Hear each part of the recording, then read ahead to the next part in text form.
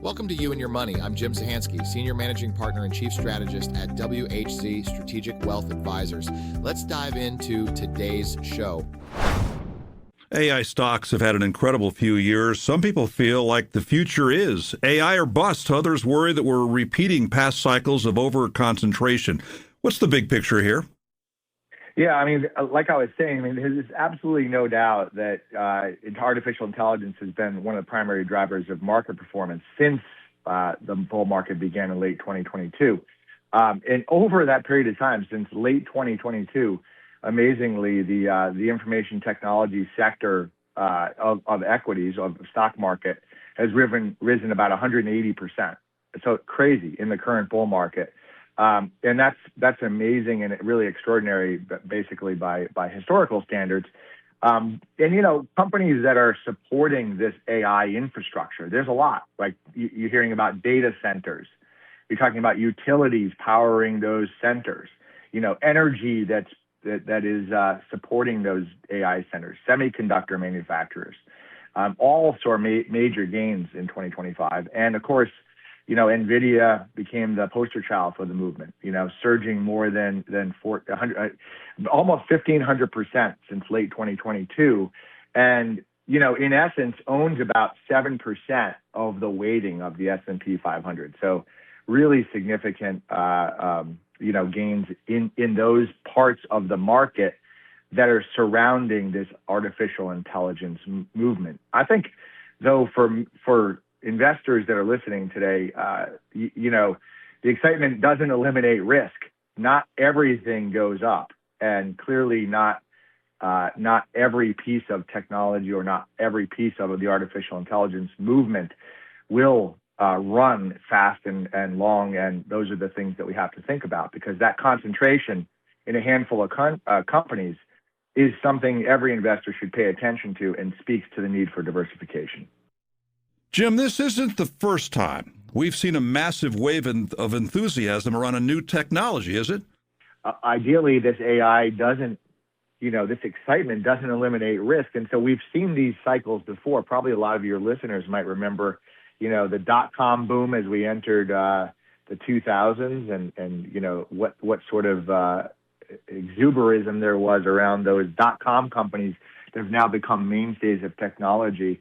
And then obviously there was the early personal computing revolution with Apple and others, and the rise of mobile technology with Apple again and others. So, even if, and I don't think maybe any of your listeners might remember this, but you never know, the old railroad boom in the 1800s, right? So all of these sort of these cycles create enthusiasm and exuberance. And we just hope that exuberance from an investment point of view for our clients, we really guide them not to have irrational exuberance, and to be sure that we're considering that not everything goes up all the time.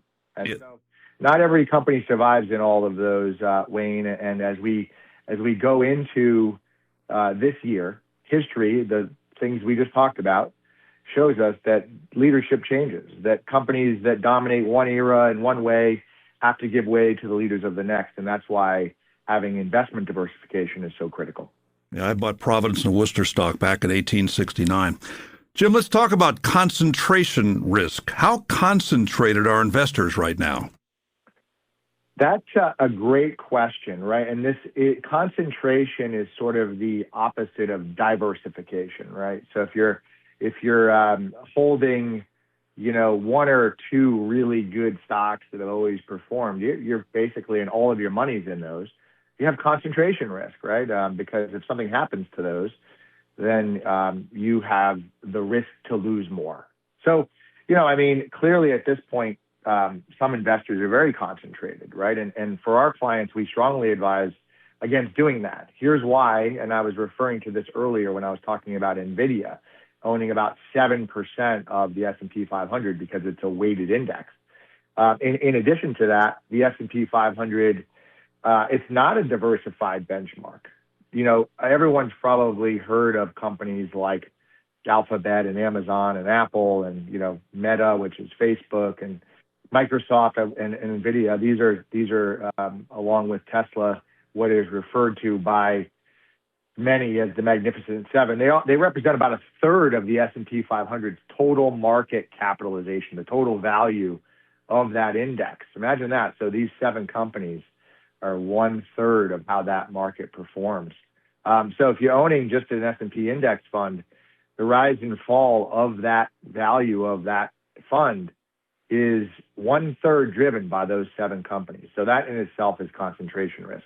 And while they've done very well, the Magnificent Seven rose last year by about 23%.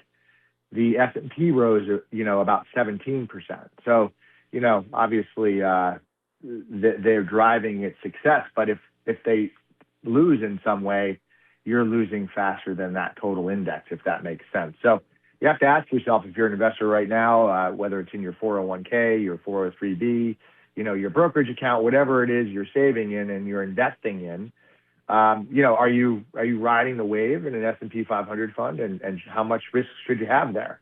And, are you able to diversify in any way, given that not all parts of the market always go up? Let's shift to the workforce. A lot of people are worried that AI could replace jobs, and you wrote about this on your blog at whzwealth.com. What should people understand? Yeah, this is a really important point because, in essence, many parts of the market are in fact driven by demand, right? I mean, if people are working, they have money, they can buy goods and consume goods, which eventually drives company profit, right? And then, earnings are met by the companies trading on the stock market. This is an important point and one that deserves some nuance.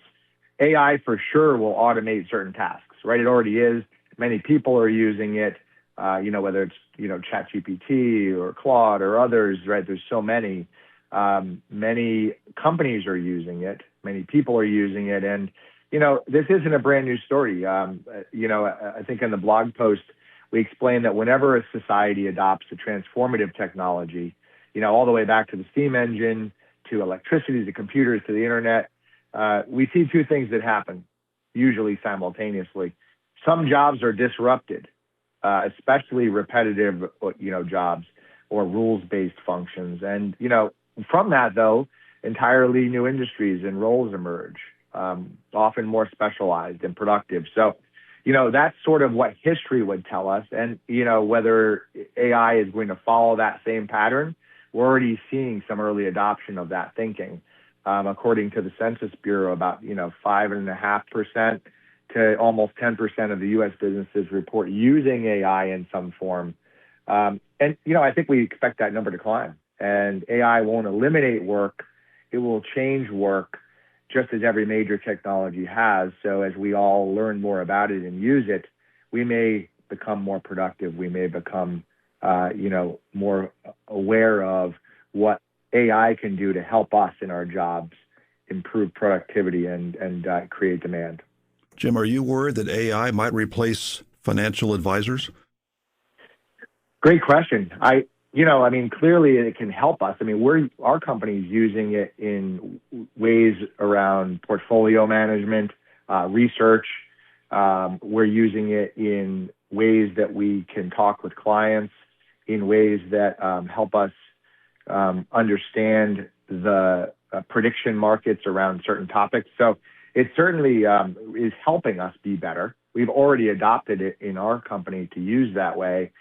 What it can't do, what it cannot do, is talk to you like this in a way that will understand your goals, your needs, your financial goals, and what they really mean to you. So, financial advising and financial planning and lifetime income planning is a very personalized, matter, and it's deep inside people.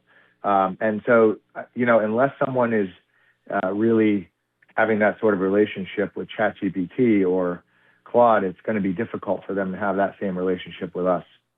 Thankfully, AI will never replace the morning man at WILI. Jim, let's go deeper. How could this shift in jobs affect the broader economy? Yeah, And clearly, exactly, it's a shift in jobs. So I referred to one of them. We see them as probably four big levers to keep an eye on. I referred to this one already. Productivity, right? At the heart of the free economy is improvement in productivity over time. And AI's purpose is really efficiency. So if companies can produce more with fewer errors and lower cost, then productivity rises. And productivity is a core long-term driver of economic growth. Aside from productivity, you're probably looking at shifting labor allocation. This is like moving from farming to manufacturing or manufacturing to services. In this case, labor could shift towards higher value work as lower skilled tasks become automated through AI. That happened in every major innovation in our economy. The third is diverging wages. So, skill sets like highly technical, highly analytical, creative roles may see wage growth because demand for those skills is increasing, right? We saw the same spread in the digital revolution, and that gets at sort of like what are the skill sets necessary to win in the sort of adopting new economy we've been talking about as AI improves productivity. And the fourth lever that AI likely that we're keeping an eye on is this transition risk. Short-term disruption, can be real. Like, how do you retain, workers, and be sure that as they transition in this economy and in jobs, that we can keep the productivity high, that we can keep consumer spending high. And, this basically, this transition period is always a risk. So all of these themes, I think, are discussed, in our blog, and they help frame the bigger picture of the AI revolution in some way. Artificial intelligence obviously is not just impacting the tech sector. How broadly is this spreading across the market? It's spreading more broadly than probably many realize. When we look at this, there are several areas that we're seeing demand for artificial intelligence growing. You touched on one of them. What is this going to replace, financial advisor or financial services? That's certainly a sector we see AI really broadening from really good things like fraud detection. Who isn't getting, that's listening, some email or some phone call trying to, create some fraudster, give me money or do something else. So, in our world, that's real. And fraud detection through AI is a big thing. It's going to help us. Risk modeling, as I allude to in our portfolio construction. And it's helping even us sort of think about how we can better personalize our approach for our clients. The other sectors where AI is growing are certainly healthcare.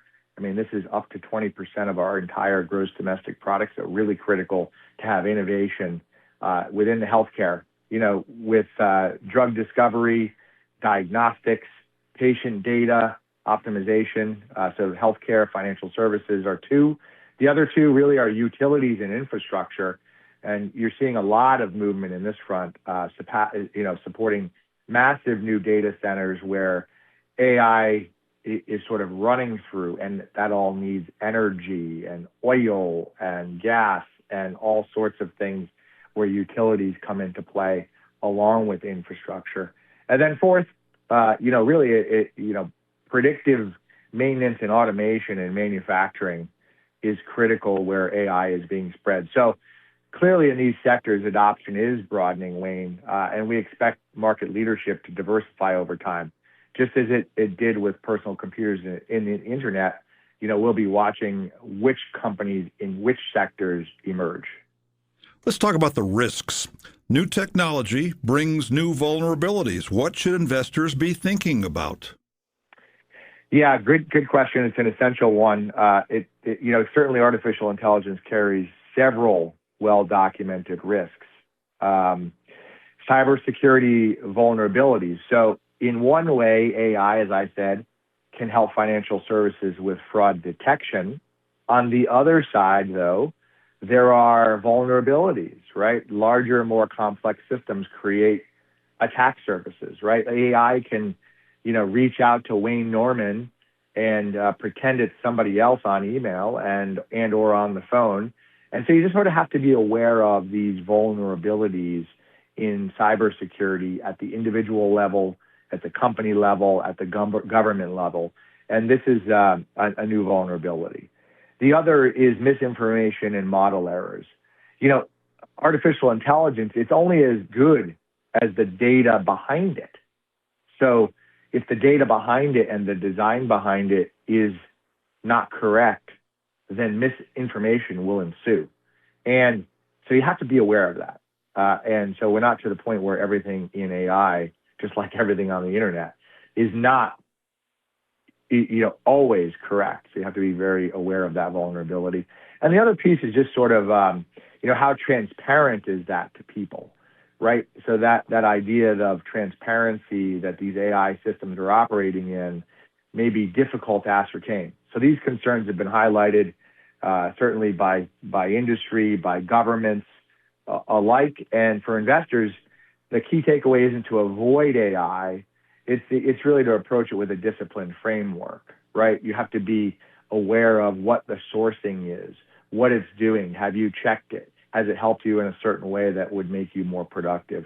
And, so this sort of balances the idea that AI will be good in many fronts, and then there's always vulnerabilities to new things. Jim, this brings us to the practical side. What should investors be doing right now as AI continues to reshape markets and the economy? Yeah, I mean, I've been talking about this word since we started this morning, but take a look at your diversification in your portfolio. As I said, there's concentration risk within the S&P 500. How many companies are you owning? Are you owning enough stocks? Are you diversifying that with something that's not correlated, like bonds or some other sort of, income-producing agent? And, the other one I would say, so you want to spread your exposure across sectors. You want to be sure that you're across geographies and asset classes. That's what diversification is. You want to certainly rebalance regularly. That's, those of you who get your rebalance notices from your 401k provider, you should probably do that regularly to be sure you're not carrying and you're aligned to your risk posture. If it isn't rebalanced, it's sort of like the strongest growers, like stocks or, those that are performing high, they always dominate. And yet when they go down, you also know that they dominate that. So you have to be careful about it. And third, you have to return to your long-term plan. This is big for our team with our clients. If you always are chasing the biggest returns, you're not necessarily always focused on the long term, knowing that things just don't always go up. There are always risks. And so you have to be sure that your financial plan, your portfolio, your risk posture is designed to weather the ups and down cycles. And that's where our team comes in. That's the heart of what we do as we plan well, invest well, and live well in our strategic planning process for our clients at WHZ. For more information regarding wealth management and customized financial planning with WHZ Strategic Wealth Advisors, please visit WHZwealth.com. WHZ Strategic Wealth Advisors offer securities and advisory services through Commonwealth Financial Network, member FINRA SIPC, a registered investment advisor. Fixed insurance products and services offered through CES Insurance Agency. They practice at 697 Pomfret Street, Pomfret Center, Connecticut 06259, and 392A Marrow Road, Tolland, Connecticut 06084. They can be reached at 860-928-2341. WHZ Strategic Wealth Advisors do not provide legal or tax advice. The tenured financial services team strives to support clients in achieving their financial life goals while providing absolute confidence and unwavering partnership for life.